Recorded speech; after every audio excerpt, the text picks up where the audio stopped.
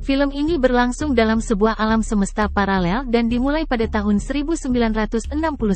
Semua orang di seluruh dunia terkejut dengan pendaratan bulan pertama. Namun, sebenarnya adalah Uni Soviet yang berhasil melakukannya. Orang-orang di NASA terkejut ketika melihat seorang kosmonot Uni Soviet menjadi orang pertama yang menginjakkan kaki di bulan. Keesokan harinya, dalam sebuah pertemuan, Kepala Kantor Astronot Dick Slayton mengungkapkan bahwa Apollo 11, upaya terbaru Amerika untuk mengirimkan seorang manusia ke bulan, dijadwalkan diluncurkan dalam 2 minggu. Oleh karena itu, ia memerintahkan astronot Neil Armstrong, Buzz Aldrin, dan Michael Collins untuk melanjutkan pelatihan mereka seperti yang direncanakan. Namun, berita tentang Uni Soviet mengirimkan manusia pertama ke bulan telah mengguncang semangat para astronot. Mereka terlihat bersedih, jadi Dick memutuskan untuk memberi mereka waktu libur pada akhir pekan. Para astronot menghargai ini, dan pergi ke sebuah bar yang terkenal di kalangan karyawan NASA. Di sana, seorang reporter mendekati astronot Ed Baldwin dan rekan krunya, Gordo Stevens. Ternyata kedua astronot itu adalah anggota kru misi Apollo 10, yang bertujuan untuk mendekati permukaan bulan dan mengamati kondisi pendaratan untuk Apollo 11. Mereka sekarang siap untuk menjalani misi Apollo 15. Reporter tersebut mengganggu Ed dan Gordo tentang kekalahan mereka dari Uni Soviet dan membuat komentar sinis tentang mereka kembali ke bumi tanpa mendarat di bulan. Hal ini membuat Ed yang mabuk marah dan ia mengeluarkan kekesalannya terhadap NASA. Ia mengungkapkan bahwa organisasi antariksa tersebut takut mengambil risiko setelah misi Apollo pertama gagal dan menyebabkan kecelakaan yang menewaskan seluruh anggota kru. Kemudian adegan berpindah ke markas besar NASA di mana administrator utama, Thomas Paine, Kepala Kantor Astronot Dick, dan Direktur Manned Spacecraft Center, Wernher von Braun, menuntut penjelasan dari seorang agen CIA karena lembaga mata-mata Amerika gagal memberi peringatan kepada NASA tentang pendaratan bulan Uni Soviet. Dalam pembelaan CIA, agen tersebut menjawab bahwa mereka melaporkan 2 peluncuran roket tanpa awak, tetapi ternyata ada astronot di dalamnya. Dalam upaya putus asa untuk segera mengirimkan seorang Amerika ke bulan, Thomas bertanya apakah mereka dapat mempercepat peluncuran Apollo 11, tetapi von Braun menolak gagasan itu. Keesokan harinya, komentar Ed sebelumnya tentang NASA menjadi viral. Tentu saja ini tidak berkenan bagi atasan-atasannya, jadi Dick menegurnya dan mengungkapkan bahwa von Braun telah memutuskan untuk mengeluarkannya dari misi Apollo 15. Sebagai gantinya, Ed akan ditempatkan pada pekerjaan kantor biasa. Ed mencoba memprotes keputusan tersebut, tetapi Dick tidak mau mendengarnya. Setelah itu, film melompat sebulan ke depan, dan Apollo 11 akhirnya siap diluncurkan. Di pusat misi, Direktur Penerbangan Gene Kranz memberikan pidato motivasi kepada seluruh staf dan mengingatkan mereka bahwa hasil dari misi ini akan membentuk masa depan Amerika dalam perjalanan antariksa. Beberapa saat kemudian, Apollo 11 akhirnya diluncurkan dan seluruh bangsa menonton dengan tegang dari rumah mereka. Untuk kegembiraan semua orang, wahana tersebut mencapai ruang angkasa dengan selamat dan akhirnya masuk dalam orbit bulan. Setelah itu, Neil dan Buzz menuju permukaan bulan sementara Michael tetap berada di orbit bulan. Sementara Ed menyaksikan misi tersebut dari bar, istrinya, Karen, menghadiri sebuah pesta menonton yang diadakan oleh istri Dick, Marge. Keduanya berbicara dan Marge menjelaskan bahwa Dick bisa mengembalikan Ed ke misi Apollo 15 jika dia secara terbuka menyatakan bahwa dia dikutip salah oleh reporter. Namun, Karen menyebutkan bahwa kewajiban, kehormatan, dan kebenaran sangat penting bagi suaminya, dan dia tidak akan setuju dengan itu. Di tempat lain, Neil dan Buzz perlahan mendekati permukaan bulan dan bersiap untuk mendarat.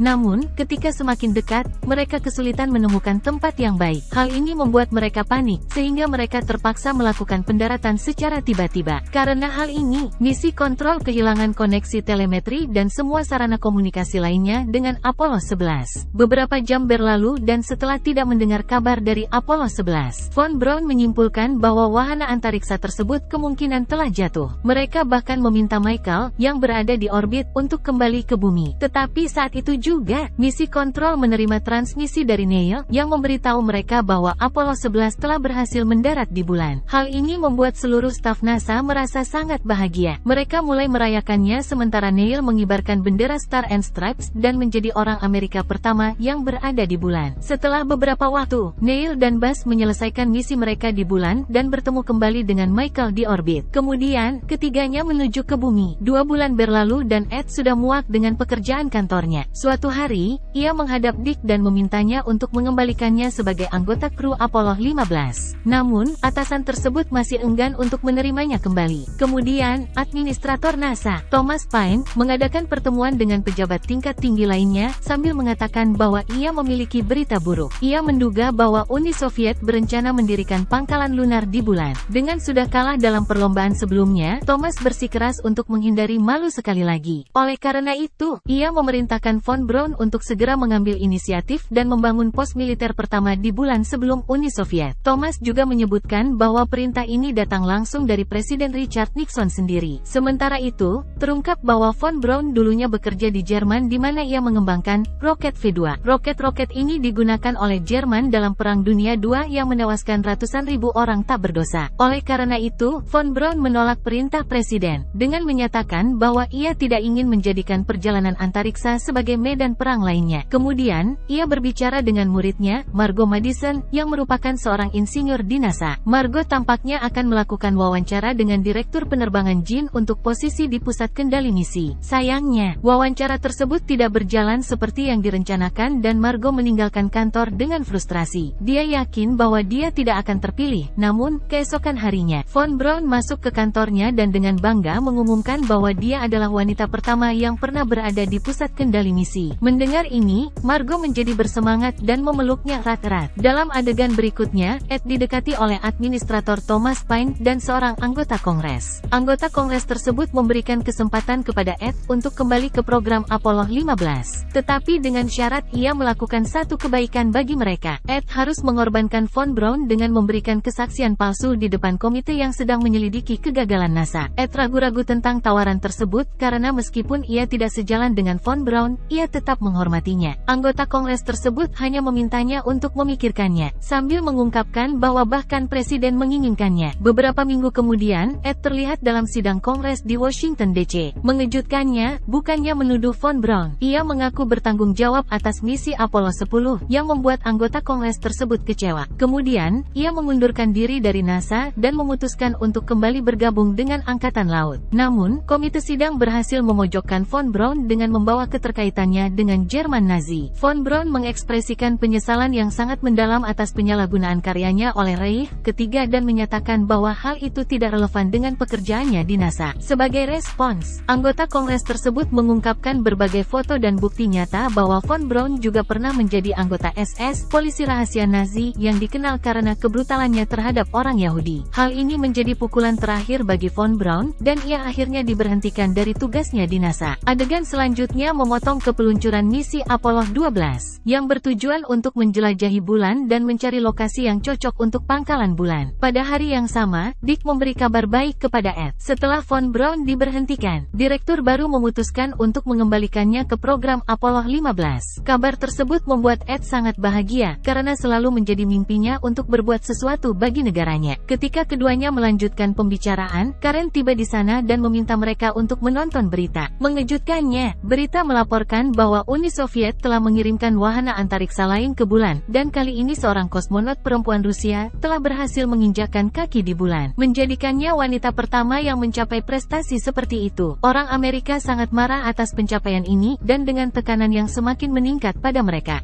menjadikannya tujuan utama untuk mendirikan pangkalan bulan sebelum Uni Soviet. Oleh karena itu, Jean dan Dick memutuskan untuk juga menugaskan misi Apollo 13 hingga 15 untuk menyurvei lokasi potensial untuk pangkalan bulan. Tak lama kemudian, administrator NASA Thomas Paine masuk ke ruangan tersebut dan memberitahu mereka berdua bahwa presiden sekarang menginginkan seorang wanita di bulan. Hal ini menjadi masalah bagi NASA karena mereka tidak memiliki astronot perempuan. Namun, Thomas menyarankan dua nama kandidat potensial, Molly Cobb dan Patty Doyle. Keduanya pernah menjadi bagian dari proyek Mercury 13 yang telah dibubarkan yang bertujuan untuk mengirim wanita keluar angkasa sebelum dibatalkan pada awal tahun 60-an. Dick mempertimbangkan kedua wanita tersebut dan ia diperkenalkan dengan lebih banyak calon potensial termasuk Danielle Pula, seorang insinyur NASA. Kemudian, Thomas memberitahu Dick bahwa presiden mengusulkan gagasan untuk mengirim Gordo Stevens keluar angkasa bersama istrinya Tracy, yang juga seorang pilot. Dick ragu-ragu tentang gagasan tersebut, tetapi Thomas memaksanya untuk ikut serta. Kemudian, Dick mengunjungi kediaman Gordo dan menjelaskan proposal tersebut kepada pasangan tersebut. Mengejutkannya, mereka menyukai ide tersebut dan menerimanya tanpa ragu. Ketika melihat Gordo sangat bersemangat, Tracy curiga, dan kemudian terungkap bahwa Dick telah menawarkan kepadanya tempat di misi Apollo 15 jika ia berhasil meyakinkan istrinya untuk menjalani pelatihan astronot. Setelah itu, kita dibawa ke tahun 1970. Tracy dan 19